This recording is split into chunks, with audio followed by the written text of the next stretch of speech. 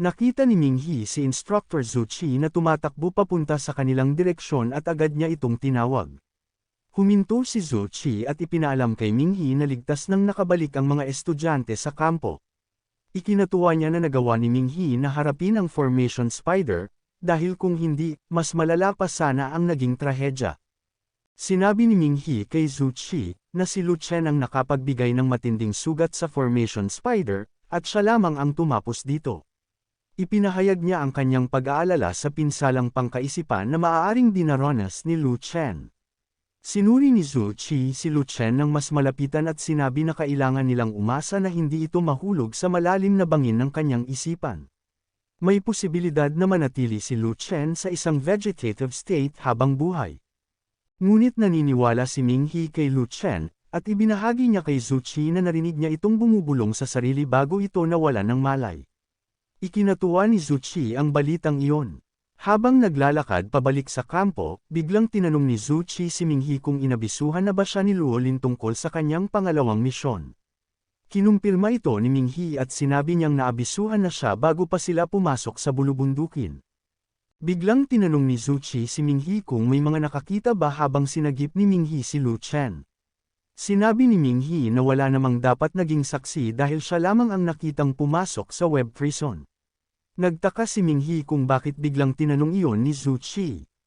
Sinabi ni Zuchi na noong inirekomenda siya ni Luolin sa kanilang grupo, nagkaroon siya ng pag-aalinlangan, ngunit ngayon ay ikinatutuwa niyang kasama si Minghi. Hindi naintindihan ni Minghi ang sinasabi ni Zuchi, hanggang sa ipakilala nito ang sarili bilang hindi lang isang instructor, kundi ang leader ng Dragon Tooth Southern Division. Sinabi ni Zuchi na ayos lang tawagin siya ni Minghi na Instructor Zuchi. Nanlaki ang mga mata ni Minghi nang malaman na ang instructor niya pala ang leader ng kanyang grupo. Ang mga miyembro ng Dragon Tooth ay kailangang panatilihin ang kanilang pagkakakilanlan bilang lihim, tulad ni Minghi na isang estudyante sa Nando sa araw at miyembro ng Dragon Tooth sa gabi. Humingi ng paumanhin si Zuchi kay Minghi dahil hinayaan niya itong magtrabaho ng mag-isa habang inireserbo niya ang kanyang lakas. Tinanong niya si Minghi kung nagtatanim ba ito ng galit sa kanya dahil dito. Sinabi ni Minghi na nauunawaan niya ang mga responsibilidad ni Zuchi. Ipinaliwanag ni Zuchi na ang Giant Pattern Centipede, ang kanilang tanging susi upang makatakas mula sa mist, ngunit tiyak na hindi ito makikipagtulungan ng payapa. Sinabi ni Minghi na nagtitiwala siya sa mga desisyon ni Luolin at Zuchi. Pinuri ni Zuchi si Minghi sa pagiging matalas nito. Ipinaliwanag niya na kung naubos ang kanyang lakas sa pakikitungo sa Formation Spider, magkakaroon sila ng malaking panganib kapag hinarap na nila ang Giant Centipede. Ang higanting centipede ay nakaranas na ng dalawang yugto ng mutasayon, una sa mga imburnal ng Lanyang, at ikalawa sa gitna ng Zishan. Ang antas nito ay papalapit na sa Lord Rank, isang tunay na calamity beast. Sumang-ayon si Minghi na hindi sila maaaring magkamali. Sinabi niya na nauunawaan niyang kapag may nangyaring mali sa kanilang plano, ang kanilang paghahanap at pagsadyep ay magiging walang saysay. Nagtitiwala siya sa mga desisyon ni Luolin at Zuchi. Bahagyang tinakpan ni Zuchi ang kalahati ng kanyang mukha gamit ang kanyang sombrero. Sinabi niyang nagpapasalamat siya sa pag-unawa ni Minghi. Ipinaalam ni Zuchi kay Minghi ang tungkol sa kanyang pangalawang misyon, kailangang ipagpatuloy ni Minghi ang pagtatago ng kanyang pagkakakilanlan bilang miyembro ng Dragon Tooth. Nagtaka si Minghi at nagtanong kung bakit. Ipinaliwanag ni Zuchi na nakatanggap sila ng impormasyon na may mga miyembro ng Heavenly Sovereignty sa Nando Institute. Nagalit si Minghi nang marinig ito. Ang pangunahing tungkulin ng Dragon Tooth ay tanggalin ang mapaminsalang Heavenly Sovereignty, na siyang dahilan kung bakit siya tinanggap sa samahan. Ipinaalala ni Zuchi na si Dr. Zhao, na pinatay ni Minghi sa Lanyang, ay kabilang lamang sa panlabas na circle ng Heavenly Sovereignty. Si Dr. Zhao ay gumagawa ng paraan upang makapasok sa paniniwala at makuha ang tunay na pagkilala ng sekta. Ang mga gawaing tulad ng pagpapasimula ng malawakang sakuna, pagdadala ng panganib sa mga lungsod, at paglikha ng kaguluhan ang itinuturing na mga kinakailangang hakbang upang makapasok sa paniniwala ng Heavenly Sovereignty. Alam ni Minghi, mula sa karanasan niya kay Dr. Zhao, kung gaano kalala ang pagkaulol ng mga ito. Nais niyang makumpirma kung talagang may mga tulad ba ni Dr. Zhao sa Nando Institute. Tinanong ni Zuchi si Minghi tungkol sa kanyang opinyon sa Mist Calamity na naganap kamakailan. Sinabi ni Minghi na wala siyang nakitang palatandaan na gawa ito ng tao. Kinumpirma ni Zuchi na natural na kalamidad iyon. Ngunit ipinaliwanag niya na kung magagamit ng Heavenly Sovereignty ang rookie training, ang dapat sana'y mababang bilang ng mga nasawi sa Shaolin Calamity ay maaaring maging isang malawakang massacre, isang pugad ng mga superhuman ang mawawasak. Dagdag pa ni Zuchi, ang mga malalakas na superhuman ay may mataas na antas ng pagbabantay, kaya mahirap silang patayin ng Heavenly Sovereignty. Ngunit kung papatayin ang mga superhuman habang sila ay nasa yugto pa ng pag-unlad, magkakaroon ng malaking puwang sa puwersa ng depensa laban sa Heavenly Sovereignty sa darating na 10 taon. Bawat taon, ang Nando Institute ay nagpapadala ng maraming superhuman sa lipunan. Kung mamamatay si Minghi at Lu Chen, natiyak na magiging mga haligi ng sangkatauhan sa hinaharap, sa Mist Calamity, matutupad ang layunin ng plano ng Heavenly Sovereignty. Humingi ng paumanhin si Minghi dahil hindi niya masyadong pinag-isipan ang bagay na iyon. Ipinaalala ni Zuchi na nasa gitna sila ng isang mahabang digmaan. Ang mga tao'y nakikipaglaban dahil sa instinct ng kaligtasan, habang ang mga halimaw ay nakikipaglaban dahil sa instinct ng pagpatay. Dagdag pa ni Zuchi, ang kakayahan ng mga halimaw na gumamit ng iba't ibang paraan ay nagpapatunay na hindi lang mga tao ang may katalinuhan sa digmaang ito. Nangako si Minghi na kung mayroong talagang nagmamanipula sa likod ng Mist Calamity, hahanapin niya ang mga ito. Pinaalalahanan siya ni Zuchi na ang kanilang mga kalaban ay mahusay magtago. Maaaring sila ay mga guro, estudyante, o maging mga kasamahan sa kanilang organisasyon. Hiniling ni Zuchi kay Minghi na maghinala sa bawat taong makakasalamuhan niya sa Nando Institute. Binigyang diin ni Zuchi na dapat panatilihin ni Minghi ang lihim ng kanyang pagiging miyembro ng Dragon Tooth. Hindi niya ito dapat banggitin kaninuman, kahit kay Lu Chen, na tinawag ni Zuchi bilang munting nobyo ni Minghi. Tiniyak ni Minghi na walang nakakita sa kanya, at si Lu Chen ay walang malay mula nang pumasok siya sa web prison. Walang sinuman, maging mga estudyante o guro, ang nakakita ng kanyang pakikipaglaban. Sinabi ni Zuchi na ang kredito para sa pagpatay sa Formation Spider, at pagsadyap kay Lu Chen ay kailangang mapasa kanila. Sumang-ayon si Minghi at sinabi na susunod siya sa plano ng organisasyon. Nangako si Zuchi na bibigyan nila si Minghi ng mas malaking gantimpala sa hinaharap. Nagniningning ang mga mata ni Minghi sa tuwa, iniisip na magkakaroon siya ng gantimpala na salapi. Hindi napigilan ni Zuchi ang pagtawa. Sinabi niya kay Minghi na hindi lang pera ang gantimpala, sabay kaway sa taong nasa unahan nila. Pagdating nila sa kampo, agad silang pinalibutan ng mga estudyante at mga instructor. Agad na lumapit si Professor Zong at tinanong si Minghi kung siya ba ang nagligtas kay Lu Chen. Tumanggi si Minghi at sinabi na kaka-rating lang niya at tumulong lang siyang magbigay ng kaunting oras. Dagdag pa niya, si Instructor Zuchi ang pumatay sa Formation Spider. Nag-aalinlangan si Professor Zong sa sagot ni Minghi. Ipinaliwanag ni Minghi na padalos-dalos lang ang naging galaw niya. Huminto siya saglit bago sabihing kaklase niya si Lu Chen noong high school, na para bang hindi sigurado sa relasyon nila. Sinabi pa niya na wala siyang kakayahang talunin ang Formation Spider. Biglang sinabi ni Fang Nianrong na may kumakalat ng chismis na miyembro si Minghi ng Dragon Tooth. Hindi siya makapaniwala at sinabi niyang imposible para sa isang estudyanteng kakatanggap pa lang sa institusyon na maging bahagi ng isang samahang binubuo ng mga pinakamahusay sa pinakamahusay. Sinabi naman ni Li Jin, na kasama sa kwarto ni Minghi, na hindi akma si Minghi sa Dragon Tooth. Nagtanong si Minghi kay Li Jin kung nakolekta na ba ang mga itlog na hindi nabasa ng ulan. Itinuro ni Li Jin ang isang bangin at sinabing doon nila nilagay ang mga itlog, at naghihintay na lang sila sa pagdating ng mutant na halimaw. Lumapit si Instructor Zuchi sa bangin kung saan nakalagay ang mga itlog. Ilang sandali pa, naramdaman ni Li Jin ang panginginig ng lupa na parang may lindol. Naisip ni Minghi na paparating na ang mutated centipede. Nataranta ang ibang estudyante, hindi alam ang nangyayari. Naalala ni Minghi na ito ang parehong halimaw na huminto sa tren noong papunta siya sa Nando. Ang buong bundok ay yumanig, nagpapahiwatig kung gaano kalaki at kalakas ang halimaw. Nakatayo si Zuchi ng buong kumpiyansa sa bangin, hinihintay ang paglitaw ng mutated centipede. Ilang sandali pa, lumabas mula sa lupa sa ibaba ng bangin ang centipede. Tumilapon ito pataas. Mayroon itong dalawang mata at isang uri ng kristal sa pagitan ng mga ito. Napakalaki nito na ang mga estudyante ay kailangan pang tumingala upang makita ang mukha nito kahit nasa itaas sila ng bundok. Nakatayo pa rin si Zuchi sa bangin habang ang halimaw ay umuungol, nagdudulot ng shockwave na nagpatilapon sa ilang estudyante at instructor. Gumamit si Professor Zong ng scroll upang protektahan ang sarili at ang estudyanteng nasa likod niya. Ang mga tagapagturo at iba pang estudyante ay nagkapit-bisig upang manatiling nakatayo.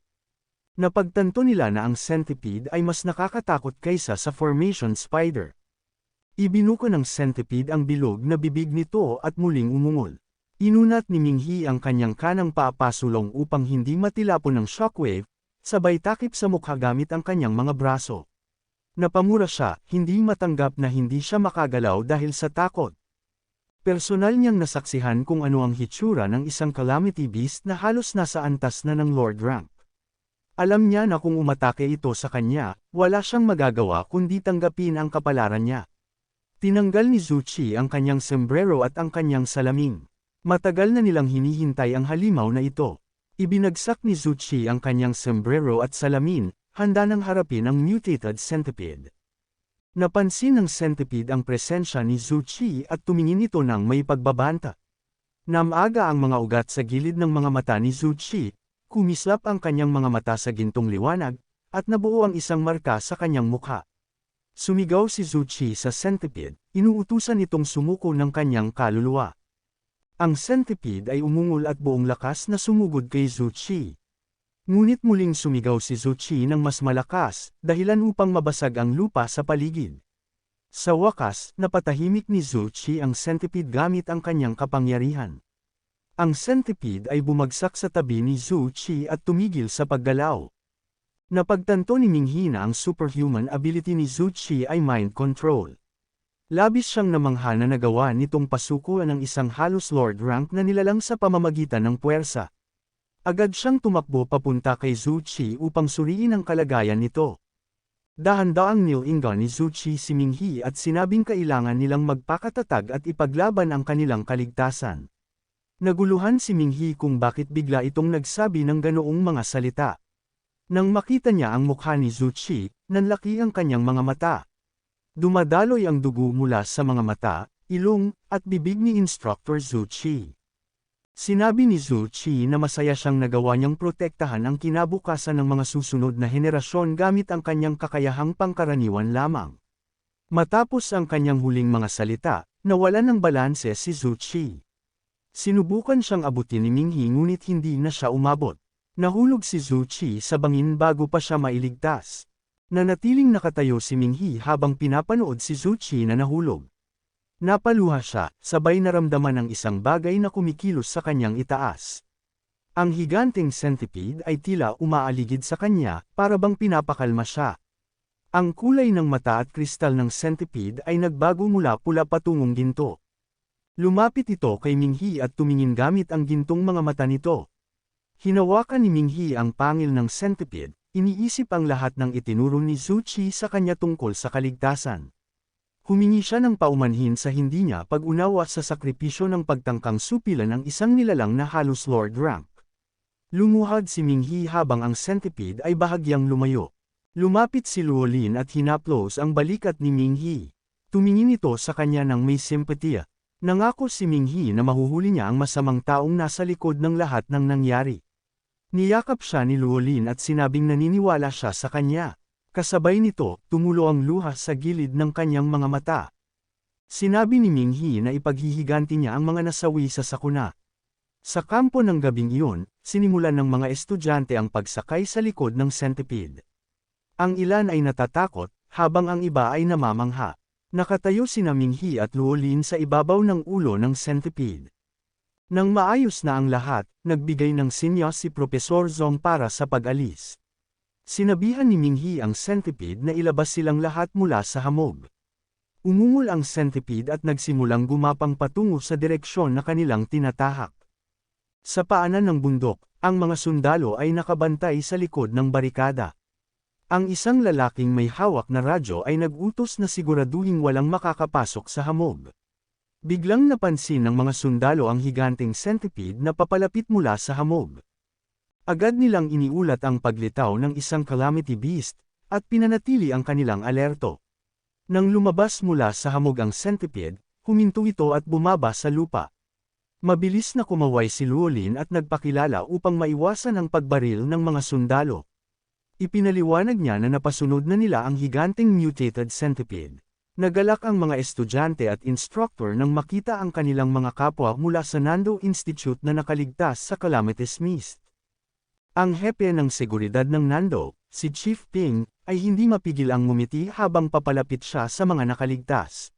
Sumaludo si Llewellyn kay Chief Ping at iniulat na matagumpay niyang naibalik ang lahat ng 346 na estudyante. Tinanong ni Chief Ping ang tungkol sa ibang mga instructor. Iniulat ni Llewellyn na sa mga instructor ng squad, sina Ching He, Jing Xing, at Guo Min ay ligtas na nakabalik, ngunit sina Fang Qing, Miao Lan, at Zhu Qi ay nagbuwis ng kanilang buhay para sa misyon. Nalungkot si Chief Ping sa balita, habang nagulat ang mga tao sa likuran niya. Biglang sumaludo si Chief Ping at ang mga tao sa likod niya. Ang Vice Chairman ng Nando Institute, si Meng. Gumawa si Vice Chairman Meng ng isang panata bilang pag-alaala sa mga nag-alay ng kanilang buhay para sa kabutihan ng bayan. Sinabi niya na hinding-hindi malilimutan ng Nando Institute ang kanilang sakripisyo. Sa Nando Institute grounds, ginanap ang libing ng mga bayani. Ang mga larawan ni Zhu Qi, Miao Lan, at Fang Qin ay dinala sa entablado upang makita ng mga estudyante ang kanilang mga bayani. Bawat isa sa kanila ay karapat-dapat gunitain at tularan. Si Vice Chairman Meng ng Nando Institute ay nagbigay ng tagubilin sa mga estudyante na magbigay-pugay habang inihahatid ang kanilang mga bayani. Isang estudyante ang ngumiti sa kabila ng pagluluksa ng karamihan. Pagkatapos ng seremonya, naganap ang paggawad ng mga parangal sa mga estudyante. Ang First Class Combat Honor ay iginawad sa isang anonymous na estudyante, at nagsimula ang bulong-bulungan kung sino ito. Inisip ng mga estudyante na ito ay miyembro ng Dragon Tooth na nabanggit sa mga chismis. Hindi nila maintindihan kung bakit ayaw magpakilala ng nasabing estudyante. Ang ilan pa nga ay nagsabing kung sila iyon, magyayabang sila dahil ito'y isang malaking karangalan. Ang Second Class Combat Honor naman ay iginawad kay Lu Chen. Lalo pang tumaas ang paghanga ng mga estudyante sa kanya. Narinig nila kung paano niya hinarap at pinigilan ang isang Lord Rank Calamity Beast, na nagligtas ng mahigit 100 bagong estudyante. Talagang nagkakagusto ang mga estudyante kay Lu Chen. Ang Third Class Rescue Honor ay iginawad kina Teaching Assistant Liu ng 2-1 Registry, ang mga bagong estudyante na sina Li Jin at Ming He, at kay Fang Nianrong para sa kanilang suporta. Habang inya-anunsyo ang kanilang mga pangalan, tumingin ang mga estudyante sa kanila, naalala ang sakripisyo sa pagsasanay at ang kalunos-lunos na pangyayari na sumunod. Sinabi ni Vice Chairman Meng na tiyak na naunawaan ng mga estudyante ang mga panganib at kalupitan ng mundo sa labas. Ang naranasan nila ay karaniwang bahagi ng buhay ng mga superhuman. Ang kanilang mga katawan ay naging sisidlan ng matibay na kalooban, na siyang nagbigay ng ligtas na tahanan para sa sangkatauhan. Sa kabila nito, naniniwala si Vice Chairman Meng na lahat ng estudyante ay makakaabot sa mataas na inaasahan ng institusyon. Nakikita niya ang maliwanag na kinabukasan sa piling ng mga estudyante na handang magsakripisyo, isang sinag ng pag-asa sa gitna ng krisis. Matapos ang talumpati ni Vice Chairman Meng, pinalakpakan siya ng lahat. Nang matapos ang paggawad ng parangal, umuwi na ang lahat. Bumalik si Lu Chen sa kanyang apartment na may dalang puting bulaklak. Kinuha niya ang kanyang telepono at tiningnan ang kanyang call log. Halatang may kaunting pagkadismaya siya, ngunit biglang gumaan ang kanyang pakiramdam nang tumunog ang kanyang telepono. Sinagot niya ang tawag at ngumiti, sabay tawag ng pangalan ni Ming He. Mahiyain ngunit excited na sinabi ni Ming He na nasa ibaba siya at tinanong kung okay lang na umakyat siya. Masiglang sinabi ni Lu Chen na bukas ang pinto at malugod niyang tatanggapin si Ming He. Nang kumatok si Ming He, agad niyang binuksan ang pinto at masiglang binati siya. Nagkaroon ng romantikong tensyon sa pagitan ng dalawa, habang tinanong ni Minghi si Lu Chen kung kamusta na siya. Sinabi ni Lu Chen na mas maganda na ang kanyang pakiramdam at inalok niya si Minghi ng tubig. Habang nag-uusap, inamin ni Minghi na hindi siya ang anonymous na estudyante. Ipinaliwanag niyang hindi niya iniisip ng maayos ang kanyang ginawa at muntik na siyang mapatay ng formation spider. Nais sanang magtutol ni Lu Chen, dahil natatandaan niyang si Minghi ang nagligtas sa kanya, ngunit pinutol siya nito. Ipinaliwanag ni Minghi na baka mali lang ang kanyang nakita dahil sa pagkakahawak ng formation spider sa kanyang isipan.